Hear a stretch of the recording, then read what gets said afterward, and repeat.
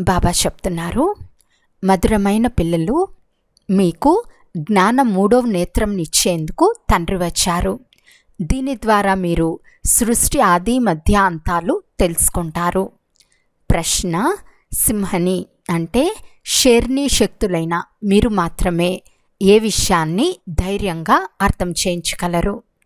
జవాబు: ఇతర ధర్మాల వారికి మీరు స్వయాన్ని ఆత్మగా భావించండి, పరమాత్మగా కాదు అని తండ్రి చెప్తున్నారు. ఆత్మ అని తెలుసుకొని తండ్రిని స్మృతి చేస్తే వికర్మలు వినాశనమవుతాయి. మీరు ముక్తిధామానికి వెళ్ళిపోతారు. స్వయాన్ని పరమాత్మగా భావిస్తే మీ వికర్మలు వినాశనం అవ్వవు.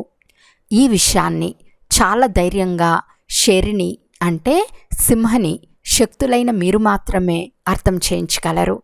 అర్థం చేయించే అభ్యాసం కూడా ఉండాలి.